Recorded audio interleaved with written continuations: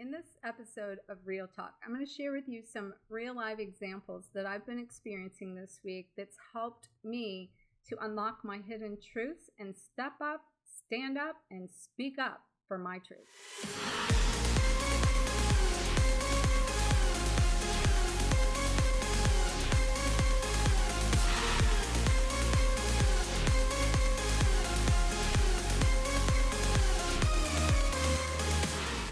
Hello, fellow flames. In case we haven't met, my name is Dr. Harmony, and I'll help you live fearless, live loved, and live free. In this episode of the Twin Flame Real Talk, I'm going to share with you some real examples and real solutions I've been using to navigate this journey, my personal self, and helping clients through the same process. As we're all being tested through experiences with the Twin Flame, and or other people, and a huge one right now is the parents being able to go back and basically reclaim power that has been lost. But underneath all of that, it's about unlocking our hidden truth to retemplate the new way of our new interaction, our new relationships, and how we interact with other people going forward. This is testing the throat chakra. So a lot of people have had a lot of throat chakra issues lately. I've even been doing a lot of clearing with my own throat chakra through this process. I also, just so you know, I just want to share this, like I got Invisalign braces. And so the last few videos that I've had these as I talk, it is kind of a little bit odd and awkward. So again, that's also like expressing things in a different or new way. It feels almost like there's like a block or an interference there as my speech is coming out, but it's correcting in the process of this alignment some really deep stuff about my entire twin flame journey. And so what I'm seeing in all of this take place is that there's what I'm being shown as the universal course correction, that as we go through these experiences with people, and we might be trying to handle it, if we get out of alignment with who we are and the balance of what our truth is, the universe will come in and correct you back into your course of action, your path, your aligned path with yourself. And then let's say you get out of alignment a little bit with that, then through that process, you are shown through your awareness to redirect yourself. So the universe is coming in and course correcting you and redirecting you back on your alignment. It's so visible, you can see what's happening.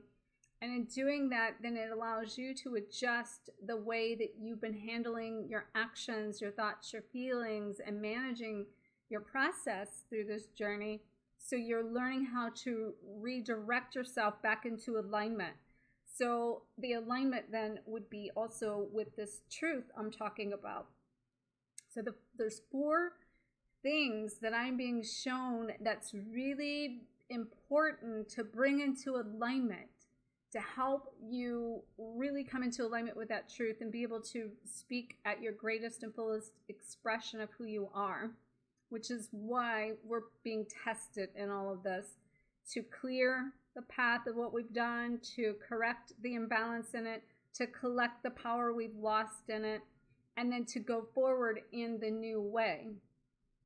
And the first thing that is really important to make sure that you connect with in this is the new identity of who you are becoming, and to know what your truth looks like, feels like in that space. So you're unlocking that hidden truth as far as with your twin flame has came in to help you unlock the truth, to find yourself.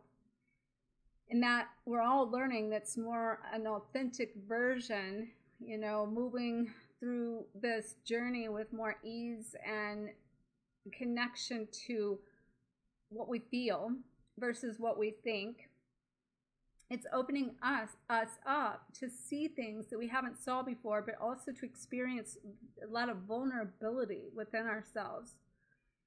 But the problem as we go forward and we're unlocking this hidden truth and we're connecting to that authentic self and we're aligning with that power inside that we have is such great power we've not experienced probably ever in this lifetime. For me, I know it hasn't been to the point it has been recently, is it's forcing us to let go of who we've been. And that's where I'm saying the new identity is coming into this. And I want to share with you personally, like I'm legally changing my name to Harmony, and I'm in the process of that. And there's some pieces and parts around it that I can tell that I'm having trouble letting go of some actions or patterns or the old ways I've done things as that are actually in alignment with me creating the new identity. And I can see it very clearly that there's some actions I need to take that involves like some attorney and some expenses and different things, the direction of the way I could direct it. And I look at my old patterns and how I would have got in the way of that, done it the hard way, the cheapest way, like all different kinds of things in that. And then I look at that now going, well, doing it that way is my old way, so I need to handle this now from the new version of me, especially in the real live new identity. And it's allowing me then to embrace the process of who I'm becoming and embrace it in a loving way that says that I deserve to let go of managing some of this and allow myself to be open to receive assistance and allowing it to unfold regardless of this price difference for that cost of that. So, I mean, that sounds simple enough, but it's a real resistance inside to letting go of the way I handled those things and the way I'm handling them going forward. And I've been making those changes, but as we all do, we're continuing to evolve and grow and go through layers and layers of this. So it's kind of a next new layer. And then it's so bizarre because it's actually related to my real new identity. So I can see clearly it's like, oh, well, you just can't go back to the old patterns. Like, and then once you create that awareness of that, it's like you don't unawaken to what you see. When you see the course of action that needs taken, when you see that reflection of what it is you need to face, and you see your responsibility in that and what you need to do to take a new action, it's very clear when you go to try to do your old ways that they pop up and make you force you to look at it and really question and test yourself. Are you going to continue the pattern? Or are you going to put into action the new pattern? So, you know, I know a lot of people are looking at this process of who they are, learning how to like release who you've been and love who you are now, and then embrace who you're becoming, and taking ownership and responsibility for what it needs to take within yourself to step into that open, raw, real, authentic self, to be free enough to choose to be seen, to choose to express, to choose for people to see who you are without judgment and the fear. You know, this is the first time in history light workers have been able to come out and be seen without persecution. And that's not to say we haven't been persecuted on some judgmental level.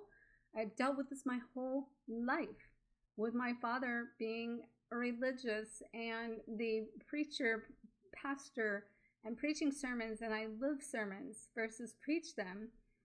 And we're on the opposite polarities of that. And so I just want to kind of share with you a little bit deeper part of what I've been dealing with that this week. One is, in the last month, he has threatened to tell me if I change my name, he's disowning me. And he's a very stubborn man, set in his own truth and in his own ways, and he's not really willing to change, but he's being forced to change because I am changing and I'm not handling things the way I used to, and he is not liking it. And I see it with love and acceptance. And when I see that with love and acceptance, I see that that's also accepting myself for who I am in this identity and my truth. And that regardless, I can be who I am. And he may not accept me, but I can accept that he is who he is and that he has the right not to accept me, but I don't also have to judge him back or feel rejected or betrayed or walls, because he doesn't. It's his choice. And so in these new truths, which is the second part of this, these new truths, basically truths are belief systems. And what we have had happen our entire life is we've had the projection of the truths of the bloodline clear. We're doing bloodline clearing, and so those generational curses and the belief systems of different things that's been passed down from generation to generation has been programmed within us, not to mention the cultural conditions of how those cultures have to interact, play out to carry out the cultural condition on top of the generational curses, so to speak. So we're clearing these timelines, these bloodlines, and these cultural conditions as we're taking our own power back. And a lot of times with the family, this is dealing kind of with the family side of this mostly. We have maneuvered through life in these situations with a silent elephant in the room, and nobody wants to talk about the hidden truth underneath that is really creating separation between our interactions and the love that we should have for each other and experience with each other with family. Look at how many family rivalries there are, and how there's a lot of healing within families that needs to take place. And so many people, from this suppressed emotions and all the suppression, they don't know how to communicate how they feel, and they go into hiding, and they don't want to talk about things, and they want to avoid things. I call it creative avoidance. And so they avoid facing these based in conflict with the other person.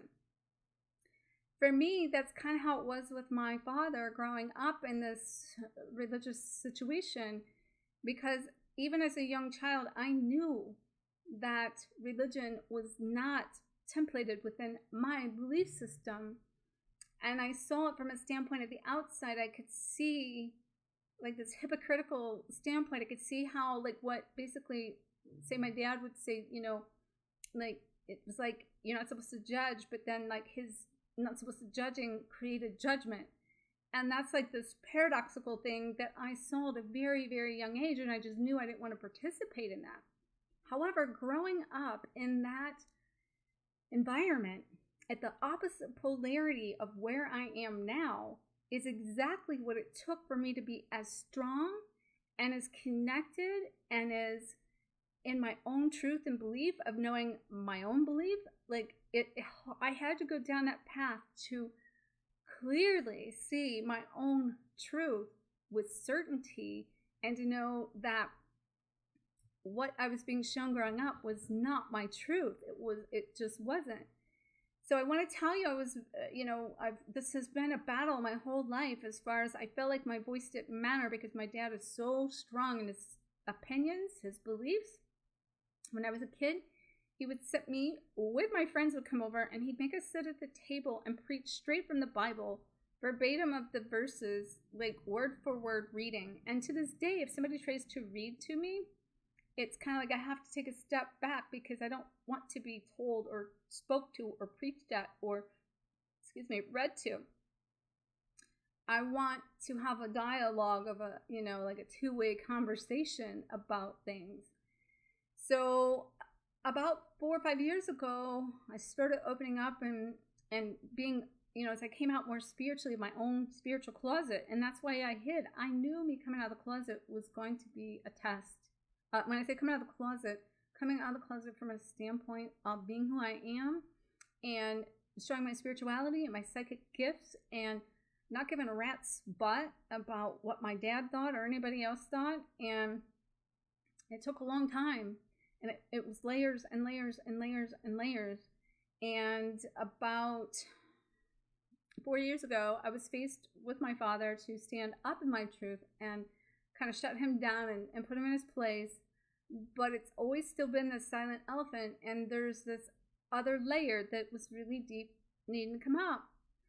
And my birthday was on Monday, on the 27th, and on Sunday, basically, right before the midnight hour, my dad called to wish me happy birthday, and he was talking, and you got to realize he's also been like not the happiest of person, and it's kind of like almost like the hypocritical thing where he's not been happy. He's even says he doesn't want to live, and he's miserable with certain things, but then he wants to tell everybody how they should live. And I'm always talking to him about how happiness is now, and you need to, like, it's your choice to live in the now, and what you choose your experience to be, what you see out of it, what you make out of it, that's all your choice. So I've been very open about those things, and I've been so open about who I am. It's that he could see from an outside who I am, because I'm not hiding it, but I can't have a conversation with him about who I am.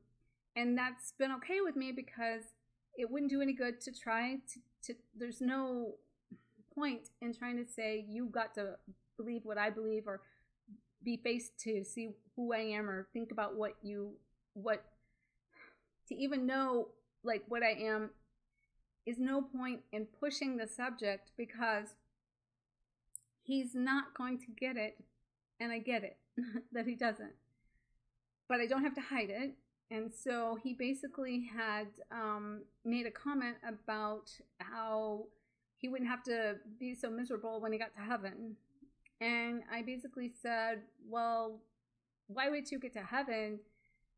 Like, I live my life every day as if it's heaven, and I choose to my happiness now, and how that the choices I make now helps lead me to the connection of what it is that I came here to experience in peace and harmony and love. And so after I said that, my mom started talking, was telling me happy birthday, and then he was chewing on what I had just said, and out of nowhere, he makes the statement to me, "You're not going to heaven." And basically he was telling me I'm going to hell because I don't believe what he believes in. And you know, this is where it's time to be put to the test, to show up, stand up, and speak for myself.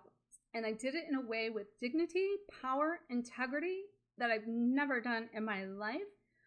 And I basically told him he doesn't have that right to choose that for me, and how dare he even like put that on me, that is just because he, you know, believes that's it's my path, and it's my choice of what I do and don't do, and it's not for you to choose for me. And he told me I was wrong, and I said, you know, I proceeded to, you know, each time I just came back stronger. And I mean, it wasn't like an arguing match at all. It was literally a power match. And you know, I basically told him, he was telling me to get out my Bible, and I said, you need to get out your Bible, you know, and stop judging other people. And I said, you know, that is not Christ-like, and I walk the path of Christ every day, living from a place of enlightened love and unconditional love, and I live a sermon. I don't preach one, and I become a light, that I am the light, I am the truth, and I am the way, and I'm speaking my truth, and I'm showing people the way through this light. And so it just got, you know, kept getting stronger with me, and I just kept saying, no, you don't get to choose. And it just got more intense from a standpoint of power. And each time he said something, I took more and more power back, enough power back my whole life, to the point where by the time we were done, he was speechless and could not say a word. And it went silent to where there was nothing but silence. And my mom then stepped in, changed the subject, started talking about something totally off the wall. We redirected it, got up the phone. I just said, you know, good night, love you guys. And they said, love you, hung up. I woke up on my birthday to a message he had typed up for his friend, saying to him that he basically got into it with me, and he basically, that I believe that heaven is on earth now, and he tried to correct me and tell me that I was wrong, and that it went bad, and it went so bad that he deleted me from his phone, and that he doesn't ever want to talk to me again. And I have to tell you something, it was the first birthday on the actual day of my birthday that I've never spoke to my parents in my life. And they didn't call me. My mom kept messaging me, and I was busy that day, but it's not like them not to call me. And I've not talked to him since, and it's not because the thing is, like, the test in this is that I'm taking back power without guilt. This is on him. What I want to tell you, in me owning this truth in my own belief, I changed the pattern, and I'm not giving him my power. And this happens with our twin flames in the same way, but this is a big parental thing right now that, like I said, is going on. I'm seeing this with other people do this with their parents as well, right in this timeline. But what's really kind of, I will say, by the time I woke up the second day of this, and after my birthday was over, like, my heart was just aching a little bit from a sense of pain for myself of like what going through, but it was more for him, how miserable he is, how he has to be in that much misery. And what the saddest part of it is, he really wants to save me. And he wants to save me so bad that he would give up his own salvation to do that. But he doesn't understand that him being the way he is gave me my salvation. It has gave me liberation to the ultimate degree. And if it weren't for this experience I've had with him, I wouldn't be in this much power and know my truth to the degree that I do. And so I do nothing but give him gratitude, love, and acceptance and compassion for where he is.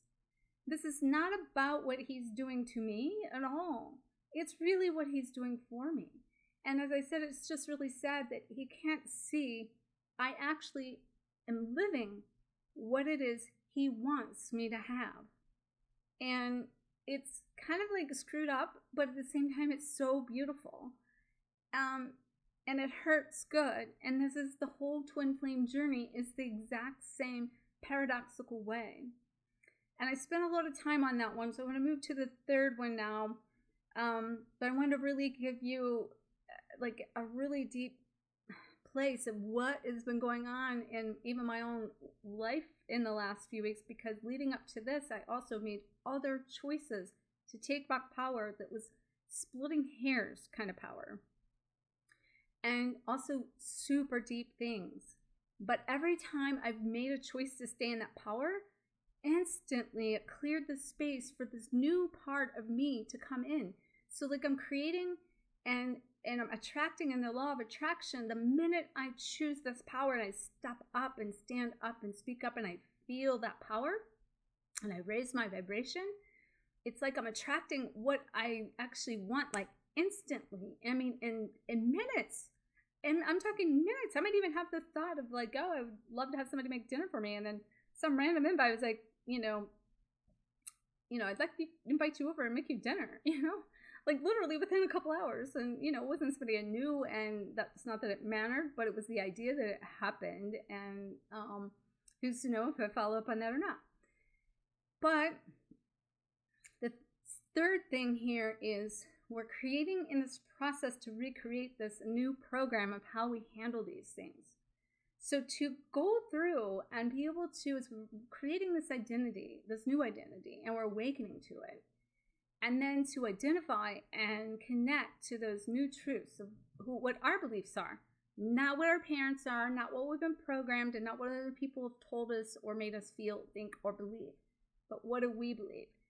So we are having to go through this idea of creating a new way for ourselves of how to handle and manage these through the programs that are subconsciously operating inside of us.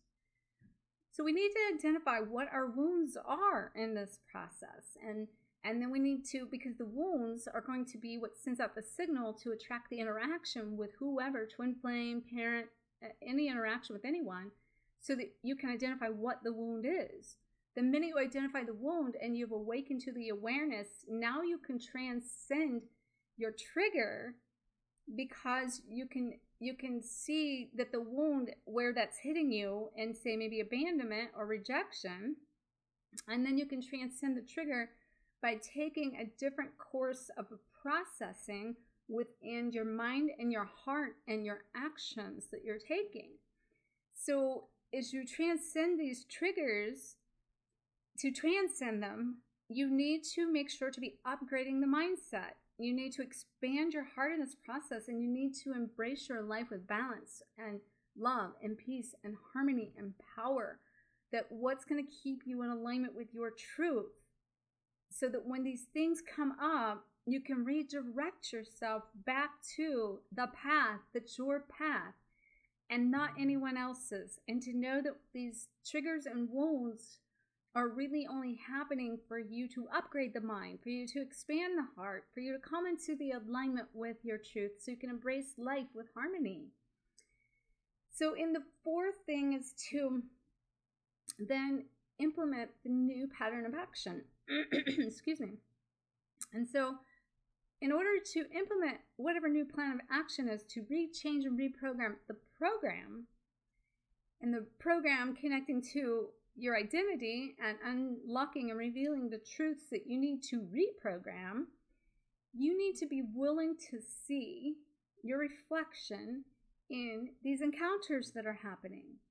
So, like with my dad, I see my reflection. I see that, first of all, this is not him doing anything to me. This is all about him. I see it being his reflection of me back. I see that my action took place as far as I spoke my truth with clarity and with confidence, dignity, and stood firm in it.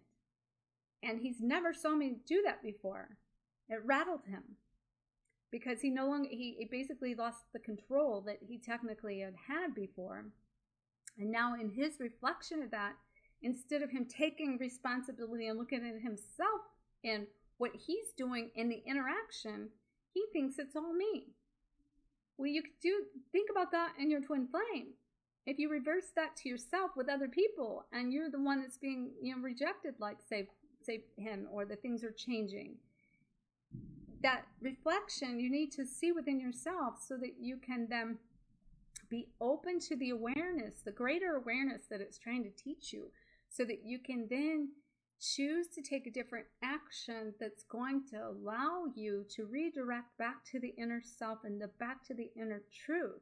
And then as you do that, in that action that you take the actions that's going to lead to the peace and the power and the purpose of yourself. And that's why it is important to know what that truth is and what is in alignment with who you are and what brings you your highest good.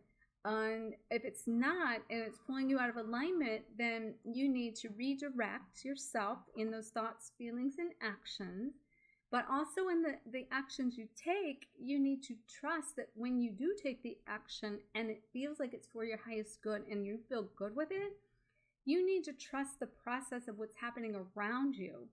And everyone's upgrading. We're all going to new levels in our speech, in our thoughts, in our feelings, in our actions. And that calls for stretching ourselves, expanding our bandwidth of the things that we are capable of and that we have, say, for the instance of the energy to manage or handle within ourselves.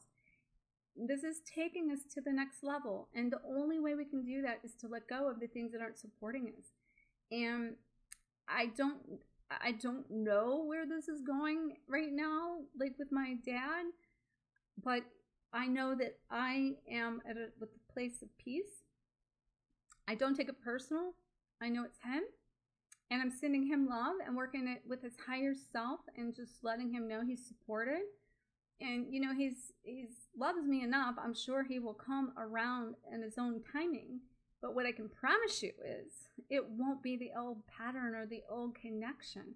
It will be in the new way that he's going to have to learn how. And this is something that's been stuck for so long, that these hidden truths are being forced out of us so we can clear this hidden elephant, white elephants that nobody's talking about, so we can all come into more harmony in our interactions together. And this is, like I said, twin flames, other people, parents, even siblings and spouses and things like that. So make sure to check out my resources below, because if you're needing to reprogram your childhood wounds, I am telling you that's a great course, and the first module is free. check that out below. I also have the Reinvent the New You, which is part of this program and process that I've been teaching. And please let me know where you're at in this timeline and what you're doing to speak your own truth.